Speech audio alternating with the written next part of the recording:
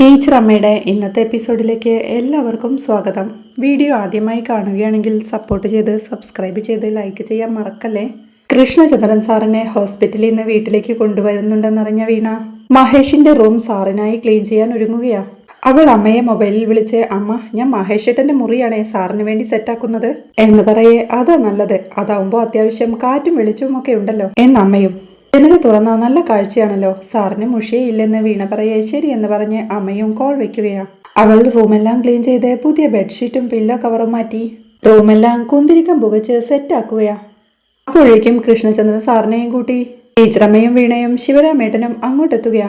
സാറിനെ കാറിൽ നിറക്കി വാക്കറിൽ നടത്തിച്ച് എല്ലാവരും അകത്തേക്ക് കൂട്ടിക്കൊണ്ടു പോവുകയാ. വാക്കറിൽ എല്ലാവരുടെയും സഹായത്തോടെ സിറ്റൗട്ടിലേക്ക് കയറുമ്പോഴേക്കും വീണ്ടും പിച്ച നടക്കുവാണെന്ന് സാറ് ചിരിയോടെ പറയേ, സാറായതുകൊണ്ട് നാവിൽ വന്ന കൗണ്ടർ ഞാൻ അങ്ങ് വിഴുങ്ങിയെന്ന് കനിയും. അങ്ങനൊന്നും വിഴുങ്ങണ്ട കനിക, തട്ടിക്കോ, ഇനി കൗണ്ടർ വിഴുങ്ങിയിട്ട് അജീർണമാകണ്ടെന്ന് സാറ് പറയുന്നത് കേൾക്ക്. ഈ അജീർണം എന്നത് എനിക്കങ്ങോട്ട് പിടികിട്ടിയില്ലെന്ന് കനിയും. ദഹനക്കേട്, ഇൻഡൈജഷൻ എന്ന് സാറ് മീനിങ് പറഞ്ഞു കൊടുക്കെ. സാറിന്റെ കാല് നേരെയാവുന്നത് കൊണ്ട് എന്റെ മലയാളം അടിപൊളിയാവുമെന്ന് കനിയും. അവളെ റൂമൊക്കെ സെറ്റല്ലേന്ന് ടീച്ചർ അമ്മ ചോദിക്കേ, റൂം എല്ലാം സെറ്റാണമ്മ, സാറിനെ റൂമിലാക്കാം, സാറ് ട്രാവൽ ചെയ്ത് വന്നതല്ലേ, സാർ ടയേർഡാ എന്ന് വീണ പറയുമ്പോഴേക്കും എല്ലാവരും സാറിനെ റൂമിലേക്ക് കൊണ്ടുപോവുകയാ. റൂമിലെത്തിയ സാറിനെ കട്ടിലിൽ ചാരി ഇരുത്തി കാലെല്ലാം പതിയെ എടുത്തു വെച്ച് കൊടുക്കുമ്പോഴേക്കും സാർ അവർക്ക് താങ്ക് യു പറയുകയാ. പിന്നീട് സാർ റൂം ആകെയെന്ന് നോക്കിക്കൊണ്ട്, ഈ മുറിക്കൊരു പോസിറ്റീവ് സ്മെല്ലുണ്ട് എന്ന് പറയേ, അത് മുറിയിൽ കുന്തിരിക്കം പുകച്ചു, അതിന്റെ മണമാണെന്ന് വീണയും. കൊള്ളാം, മുറിയൊക്കെ എന്റെ മുറി സെറ്റ് ചെയ്ത പോലെ തന്നെ, എല്ലാം വീണ ചെയ്തതാണല്ലേ എന്ന് സാറ് ചോദിക്കേ, അതെ സാർ എന്ന് വീണയും. ഇതാണ് മനമറിഞ്ഞൊരു കാര്യം ചെയ്യൽ എന്ന് സാർ സന്തോഷത്തോടെ വീണയെ അഭിനന്ദിക്കുകയാ. സരസ്വതി അപ്പോഴേക്കും സാറിനെ കുടിക്കാനായി വെള്ളം കൊണ്ട് കൊടുക്കുകയാ. സാർ അത് വാങ്ങി കുടിച്ചു കഴിയുമ്പോഴേക്കും സാർ ഇനി നടു നിവർത്തി ഒന്ന് കിടക്കണം, ക്ഷീണം കാണുമെന്ന് സരസ്വതി പറയെ എല്ലാവരും ചേർന്ന് സാറിനെ കട്ടിലേക്ക് കിടത്തുകയാ. പ്ലാസ്റ്റർ ഇട്ട് കാൽ തലേണ വെച്ച് പൊക്കി വെച്ച് കൊടുത്തുകൊണ്ട് കാലിന് നല്ല നീരായി, ഇങ്ങനെ പൊക്കി വെച്ച് കിടക്കുമ്പോ അങ്ങ് ശരിയാവും, സാറൊന്ന് ഉറങ്ങണം, എന്തെങ്കിലും കാര്യമുണ്ടെങ്കിൽ ഞങ്ങളെ ഒന്ന് വിളിച്ചാൽ മതി എന്ന് സരസ്വതി പറയേ ശരിയെന്ന് സാറും സമ്മതിക്കുകയാ. പിന്നീട് എല്ലാവരും റൂമിൽ നിന്നിറങ്ങി സീറ്റ് ഔട്ടിലേക്ക് വന്നിരിക്കുകയാ. ശിവരാമൻ ചേട്ടൻ എല്ലാവരോടുമായി പറയുന്നുണ്ട്, കൃഷ്ണചന്ദ്രൻ സാറിനെ ഇങ്ങോട്ട് ഇറക്കിയപ്പോ അയൽവക്കത്തെ മുഴുവൻ കണ്ണുകളും ഇവിടെയായിരുന്നു, ശ്രദ്ധിച്ചോ അതെന്ന്.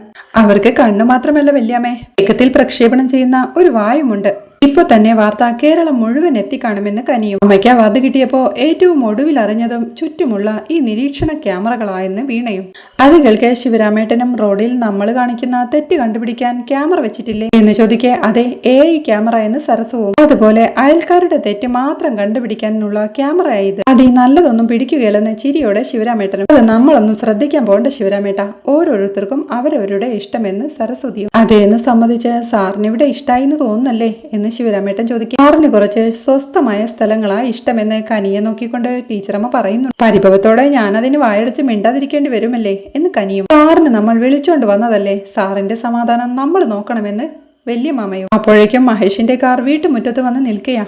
ആഹാ, മഹേഷേട്ടനാണല്ലോ, അയൽവക്കത്തെ ക്യാമറയുടെ പവർ കണ്ടോ എന്ന് കനി ചോദിക്കുന്നുണ്ട്. ഞാനും അതല്ലേ പറഞ്ഞതെന്ന് വല്യമാമയും. അപ്പോഴേക്കും മഹേഷും രാധയും കാറിൽ നിറങ്ങി സീറ്റ് ഔട്ടിലേക്ക് എത്തുകയാണ്. ദേഷ്യത്തോടെ മഹേഷ് പറയുന്നുണ്ട്, വല്യമാമ വന്ന് കൃഷ്ണചന്ദ്രൻ സാറിനെ കുറിച്ച് ചോദിച്ചതിനെ ഞങ്ങൾ എതിർപ്പ് പറഞ്ഞപ്പോ ആ കാര്യങ്ങളെല്ലാം ഡ്രോപ്പ് ചെയ്തെന്നാ ഞങ്ങൾ കരുതിയത് എന്ന് ചോദിക്കേ, എന്നിട്ട് സാറിനെ വീട്ടിലേക്ക് കൂട്ടിക്കൊണ്ടു വന്നല്ലേ എന്ന് രാധയും ദേഷ്യത്തോടെ ചോദിക്കുക. എന്ത് മര്യാദകേടാ നിങ്ങൾ ഈ കാണിക്കുന്നത്, ഞങ്ങൾ പറഞ്ഞതിന് എന്തെങ്കിലും വില തന്നോ, എവിടെയാൾ, എനിക്കറിയാം എന്ത് ചെയ്യണമെന്ന് എന്ന് പറഞ്ഞ് മഹേഷ് വിംഗ് റൂമിലേക്ക് എത്തുമ്പോഴേക്കും മഹേഷ് എന്ന് വിളിച്ച് തടഞ്ഞുകൊണ്ട് വല്യമാമയും അമ്മയും പുറകെ ചെല്ലുന്നുണ്ട്. മഹേഷിനെ അവർ പിടിച്ചു നിർത്തുമ്പോഴേക്കും അയാൾ എവിടെയാ കിടത്തിയിരിക്കുന്നേ, എനിക്കിപ്പോ കാണണമെന്ന് മഹേഷും. ബഹളം കേട്ട് കൃഷ്ണചന്ദ്രൻ സാറും അത് ശ്രദ്ധിക്കുക. മഹേഷെ, ഇവിടെ കിടന്ന് ശബ്ദമൊന്നും ഉണ്ടാക്കരുത് എന്നമ്മ താക്കീത് നൽകെ, അമ്മ മാറിയേ എന്ന് ദേഷ്യത്തോടെ മഹേഷ് പറയുന്നുണ്ടെങ്കിലും വല്യമ്മ മഹേഷിനെ പിടിച്ചു നിർത്തി.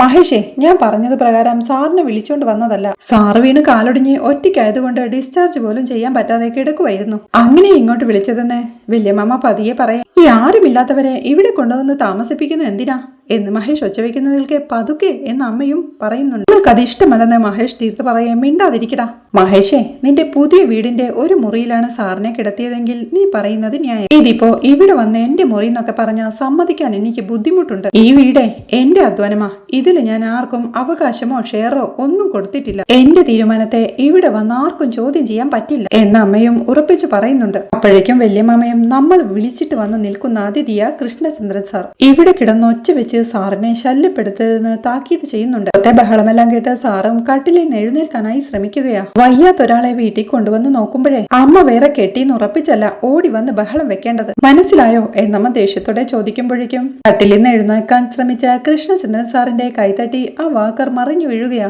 ശബ്ദം കേട്ട് ടീച്ചറമ്മയും കൂട്ടരും അങ്ങോട്ട് ഓടുമ്പോഴേക്കും എല്ലാരും കൂടി ഓടിച്ചെല്ലാൻ അയാൾ എന്താ ചത്തോ എന്ന് മഹേഷ് രാധയോടായി ചോദിക്കുകയോ. എന്ത് പറ്റി സാറേ എന്ന് ചോദിച്ച് കനിയും വീണയും കൂടി ആ വാക്കറെടുത്ത് വെച്ച് സാറിനെ പിടിക്കുമ്പോഴേക്കും ഞാൻ അങ്ങ് വീട്ടിൽ പോവാം, ഇവിടെ എല്ലാവർക്കും ബുദ്ധിമുട്ടായി നിൽക്കാൻ എനിക്കാവില്ലെന്ന് സാറും പറയുകയാണ്. ആർക്കും ഒരു ബുദ്ധിമുട്ടുമില്ല സാർ, സമാധാനമായിട്ട് സാറ് കിടക്കണം, സാർ അക്കാര്യം ഞാൻ നോക്കിക്കൊള്ളാം, സാറ് കിടക്കണമെന്ന് സരസ്വതിയും ആശ്വസിപ്പിക്കുമ്പോഴേക്കും കനിയും വീണയും കൂടി സാറിനെ കട്ടിലേക്ക് പിടിച്ചു കിടത്തുകയാ. അപ്പോഴേക്കും ടീച്ചറമ്മയും ശിവരാമേട്ടനും മഹേഷിന്റെയും രാധയുടെയും അടുത്തേക്ക് ചെല്ലുകയാ. ടീച്ചറമ്മ മഹേഷിനോടായി പറയുന്നുണ്ട്, ഡാ വയ്യാതിരിക്കുന്ന ആളുടെ സ്വൈര്യം നഷ്ടമാവരുത്, കാര്യങ്ങളൊക്കെ നമുക്ക് പിന്നെ സംസാരിക്കാമെന്ന്. അപ്പോഴേക്കും വല്യമാമയും എടാ മഹേഷേ നിങ്ങൾ ഇപ്പൊ ഇറങ്ങ്, ഇങ്ങനെ കിടന്ന് ഒച്ച വെച്ചാലേ സാറിനത് പാടാവുമെന്നേ, നിങ്ങൾ ഇറങ്ങ് നമുക്ക് പിന്നെ സംസാരിക്കാം എന്നപേക്ഷിക്ക് നാട്ടിലിനി തലയിൽ മുണ്ടിട്ടേ നടക്കാൻ പറ്റൂ എന്ന് രാധയും ദേഷ്യത്തോടെ പറയുക.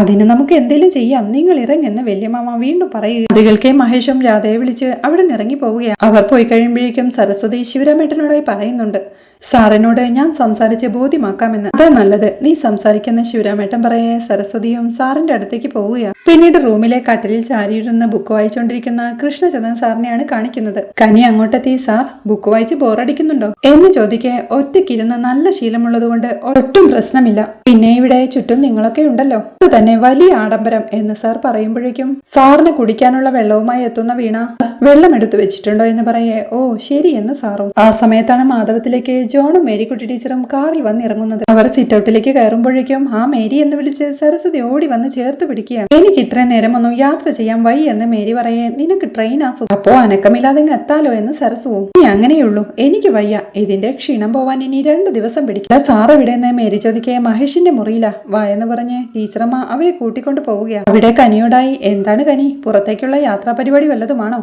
എന്ന് സാറ് ചോദിക്കേ ഏയ് അല്ല, ചുമ്മാതൊന്ന് കറങ്ങാൻ വേണ്ടിയായെന്ന് കനിയും. അപ്പോഴാണ് മേരിക്കുട്ടി ടീച്ചറെയും ജോണിനെയും കൂട്ടി സരസ്വതി അങ്ങോട്ടെത്തി, സാറേ ഇതാരാ വന്നിരിക്കുന്നത് നോക്കിക്കേന്ന് പറയുന്നു. ആഹാ സാറിന് വിസിറ്റേഴ്സ് ഉണ്ടല്ലോ ഇന്ന് എന്ന് സന്തോഷത്തോടെ കനിയും പറയുകയാണ്. മേരിക്കുട്ടി ഇരിക്കെന്ന് സാറ് പറയേ ജോണമ്മയ്ക്ക് ഇരിക്കാനായി കസേര എടുത്തു കൊടുക്കുകയാണ്. അതിനിടയിൽ ജോണും വീണയും പരസ്പരം ടെൻഷനോടെ എന്ന് നോക്കുകയാണ്. മേരിക്കുട്ടിയും സാറിനോടായി പറയുന്നുണ്ട്, സാറ് ക്ഷമിക്കണം, ഇരുന്നതേ മുട്ടുതരിപ്പായതുകൊണ്ടാണെന്ന്. അതിനെന്തിനാ ക്ഷമ, മുട്ടുതരിപ്പായില്ലെങ്കിലും നമ്മൾ ഇരുന്നു തന്നെ സംസാരിക്കണം, ഇതിപ്പോ ഗുരുവിനേക്കാൾ അവശനാണ് ശിഷ്യൻ എന്ന് പറഞ്ഞ് സാറ് പൊട്ടിച്ചിരിക്കുമ്പോഴേക്കും മേരിക്കുട്ടി ടീച്ചർ താൻ കൊണ്ടുവന്ന കവർ കനി ഏൽപ്പിക്കുകയാ. ഇതെന്താ വീണതിനുള്ള സമ്മാനമാണോ എന്ന് സാറ് ചോദിക്കേ കുറച്ച് ഫ്രൂട്ട്സാ സാറേ എന്ന് മേരിക്കുട്ടി ടീച്ചറും. സാറിനെ ശുശ്രൂഷിക്കുന്നവർക്കൊന്നും ഇല്ലേ എന്ന് കനി ചിരിയോടെ ചോദിക്കേ ഉണ്ട്, പുറകെ ലോറിയിൽ വരുന്നുണ്ടെന്ന് മേരിക്കുട്ടി ടീച്ചർ. അപ്പോഴാണ് കനി സാർ ഇവരെ കണ്ട സ്ഥിതിക്ക് മറ്റേത് ചോദിക്കട്ടെ എന്ന് ചോദിക്കേ എനിക്ക് ഇടികിട്ടുന്ന കാര്യമല്ലെങ്കിൽ ചോദിച്ചോ എന്ന് സാർ. അതുകൾക്ക് വീണയും സംശയത്തോടെ കനിയെ നോക്കുമ്പോഴേക്കും 2 ടീച്ചേഴ്സും വീണ്ടും കണ്ട സ്ഥിതിക്ക് ചോദിക്കുക, ഞാൻ അന്ന് പറഞ്ഞ കാര്യത്തിന്റെ തീരുമാനം എന്തായി എന്ന് ചോദിക്കേ എനിക്ക് പ്രശ്നമില്ല, ഞാൻ തയ്യാറായെന്ന് മേരിക്കുട്ടി ടീച്ചറും. എങ്കിൽ എനിക്കും 2 കൂട്ട് സമ്മതമെന്ന് ടീച്ചറമ്മയും. അതികൾക്ക് അസ്വസ്ഥതയോടെ നിൽപ്പ ജോണും വീണയും. ഇനി ജോണേട്ടന്റെ കാര്യത്തിലാണ് എനിക്കൊരു ഉറപ്പ് കിട്ടേണ്ടത് എന്ന് കനിയുടെ ചോദ്യം കേൾക്കെ ജോൺ ഒന്നും മിണ്ടാതെ ടെൻഷനോടെ നിൽപ്പാ. ജോണേട്ടാ പറയുന്ന കനി വീണ്ടും ചോദിക്കേ അത് എനിക്ക് ആ കാര്യത്തിൽ ഒരു ക്ലാരിറ്റി ഇല്ലെന്ന് ജോണും. ലക്ഷ്മി കുഞ്ഞാ വരുന്നതിന് മുന്നേ ഒരു തീരുമാനം പറയണം ജോണേട്ടാ എന്ന് കനി പറയുന്നത് കേൾക്കെ അപ്പൊ ലച്ചു വരുന്നുണ്ടോ എന്ന് അമ്പരപ്പോടെ ടീച്ചറമ്മയും ചോദിക്കുക. ലക്ഷ്മി കുഞ്ഞ ഇവിടെ വന്നാലല്ലേ സംഗതി ഒന്ന് കൊഴുക്കോ എന്ന് കനി പറയുന്നത് കേൾക്കെ വീണയും പെട്ടെന്ന് റൂമിൽ നിറങ്ങി പോവുകയാണ്. ആൾക്കൂട്ടം മുഴുവൻ ഈ മുറിയിൽ നിന്നിട്ട് രോഗിയുടെ ഓക്സിജൻ സപ്ലൈ കുറയും, കുറച്ചു പേർക്ക് പുറത്തു നിൽക്കാം, അല്ലെങ്കിലേ രോഗിയെ നമ്മൾക്ക് പുറത്തേക്ക് കൊണ്ടുപോവാം എന്ന് കനി പറയേ എടി സാർ അവിടെ സമാധാനമായിട്ട് കിടക്കട്ടെ, നീ ബഹളം വെച്ച് സാറിനെ ഓട്ടിക്കല്ലേ എന്ന് കനിയോടായി പറഞ്ഞ് മേരി ഞാൻ നിങ്ങൾക്ക് കുടിക്കാൻ എന്തെങ്കിലും എടുക്കാമെന്ന് പറഞ്ഞ് സരസ്വതി റൂമിൽ നിന്ന് ഇറങ്ങി പോവുകയാണ്. ഇവളെ സൂക്ഷിക്കണം സാറേ എന്ന് കനിയെ കുറിച്ച് മേരിക്കുട്ടി ടീച്ചർ പറയുമ്പോഴേക്കും സാർ 1 മിനിറ്റ് എന്ന് പറഞ്ഞ് ജോൺ റൂമിൽ നിന്ന് ഇറങ്ങി പോവുകയാണ്. അവിടെ സിറ്റ് ഔട്ടിലെ കൈവരിയിൽ ടെൻഷനോടെ ഇരിക്കായിരുന്ന വീണയുടെ അടുത്തേക്ക് ജോൺ എത്തുകയാണ്. ജോണും ടെൻഷനോടെ ആ കൈവരിലേക്ക് ഇരിക്കുമ്പോഴേക്കും അങ്ങോട്ടെത്തിയ കനിയും മറഞ്ഞു നിന്ന് ഒരു ചിരിയോടെ അവരെ ശ്രദ്ധിച്ചു നിൽപ്പാ. പിന്നീട് അവരെല്ലാം പോയതിനു ശേഷം സാറിന് ടാബ്ലറ്റ് എടുത്തു കൊടുക്കുകയാണ് വീണ. സാറ് ടാബ്ലറ്റ് കഴിച്ചു കഴിയുമ്പോഴേക്കും പോവാൻ തുടങ്ങിയ വീണയെ വിളിച്ചു നിർത്തി, വീണ മേരിക്കുട്ടിയൊക്കെ വന്ന നേരത്ത് ഞാൻ ശ്രദ്ധിച്ചു, വീണ വല്ലാതെ വിഷമിച്ചു നിൽക്കുന്ന പോലെ തോന്നിയെന്ന് പറയേ അത് ശരിയാ സാർ, എനിക്ക് വിഷമം തോന്നി, എന്നെ എല്ലാവരും വെറുതെ തെറ്റിദ്ധരിക്കുന്ന പോലെ തോന്നി എന്ന് വീണയും ടെൻഷനോടെ പറയുക. അതൊരു തോന്നലല്ലേ വീണ? അതപ്പോ ആവർത്തിച്ച് പറഞ്ഞ് നമ്മൾ തന്നെ ഉറപ്പിക്കേണ്ട എന്ന് സാർ പറയേ, സന്തോഷേട്ടന്റെ കാര്യത്തിൽ ഞാൻ എങ്ങനെയാ ബന്ധപ്പെട്ടിട്ടുള്ളതെന്ന് സാറിന് നന്നായി അറിയാം. അതിലെ നന്മ കാണാതെ എല്ലാവരും എന്നെ കുറ്റപ്പെടുത്തുന്നു എന്ന് വീണ പറയേ, ആ കുറ്റപ്പെടുത്തലിൽ എന്തെങ്കിലും കാര്യമുണ്ടോ എന്ന് വീണ സ്വയം ആലോചിക്കുക. കാര്യമൊന്നുമില്ലെന്ന് നമുക്ക് ബോധ്യമുണ്ടെങ്കിൽ പിന്നെ ആര് പറയുന്നതും നമ്മളെ കുരുക്കരുത്. നമ്മളെ ബോധ്യത്തിൽ നമ്മൾ ഉറച്ചു നിൽക്കുക, അത്രയേ ഉള്ളൂ. സാധാരണ വഴിയിലൂടെ അല്ലാതെ നടക്കുന്നവർക്കൊക്കെ നല്ലത് കിട്ടിയിട്ടുണ്ട്. സന്തോഷിന്റെ കാര്യത്തിൽ വീണ എടുത്ത സ്റ്റാൻഡ് എനിക്ക് വലിയ അഭിമാനമായി തോന്നുന്നു. ഞാനത് സരസ്വതിയോട് പറയുകയും ചെയ്തു. ആളുകൾ അതിലെ നന്മ കാണില്ല. ദേ അവള് പിന്നെയും അവന്റെ പുറകെ പോകുന്നു എന്ന് അവര് പറയാ എന്ന് സാറ് പറയേ, അതെ സാർ, സത്യമെന്ന് വീണയും. വീണയുടെ ഉള്ളിലെ വേദന എനിക്ക് മനസ്സിലായി. ഇപ്പൊ നമുക്ക് എതിരെ വരുന്നതൊന്നും കാര്യമാക്കണ്ട. ഇതൊക്കെ പൂക്കളാകുന്ന ഒരു കാലം വരും. പതിവ് വഴികളിൽ നിന്നും മാറി നടക്കുന്ന മനുഷ്യരെ മനസ്സിലാക്കാൻ സാധാരണ മനുഷ്യർക്ക് കുറച്ച് ബുദ്ധിമുട്ടുണ്ടാവും. വൈകിയാണെങ്കിലും വീണയെ എല്ലാവർക്കും ബോധ്യമാവും. ഞാൻ ഈ പറഞ്ഞതൊക്കെ വീണ ഓർത്തു വെച്ചോ എന്ന് സാർ തീർത്തു പറയേ, സാർ ഇങ്ങനെ പറഞ്ഞു കേൾക്കുമ്പോ തന്നെ എനിക്കൊരു സമാധാനം എന്ന് ചിരിയോടെ വീണയും പറയുകയാണ്. അത് കേൾക്കെ സന്തോഷത്തോടെ സാറും ഒടുവിൽ വീണ ചിരിച്ചല്ലോ. സന്തോഷം എന്ന് പറയേ, ശരിയെന്ന് പറഞ്ഞ് വീണയും ആ റൂമിൽ നിന്നിറങ്ങി പോവുകയാണ്. ഇത്രയുമാണ് ഇന്നത്തെ എപ്പിസോഡിലെ വിശേഷങ്ങൾ. വീണയും ജോണും നേരിൽ കണ്ട് സംസാരിക്കുന്നതും ജോണേട്ടൻ എന്ത് തീരുമാനമെടുത്താലും താൻ അതിനൊപ്പം നിൽക്കുമെന്ന് വീണ അറിയിക്കുന്നതും എന്ത് തീരുമാനമെടുക്കണമെന്നറിയാതെ കുഴഞ്ഞു നിൽക്കുന്ന ജോണിനോട് ഒന്ന് മാറി ചിന്തിക്കണമെന്നും താൻ ജോണിന്റെ തീരുമാനത്തിനായി വെയിറ്റ് ചെയ്യുകയാണെന്ന് കനി പറയുന്നതുമെല്ലാമാണ് നാളത്തെ എപ്പിസോഡിലെ വിശേഷങ്ങൾ. വീഡിയോ ഇഷ്ടമായാൽ സപ്പോർട്ട് ചെയ്ത് സബ്സ്ക്രൈബ് ചെയ്ത് ലൈക്ക് ചെയ്യാൻ മറക്കല്ലേ.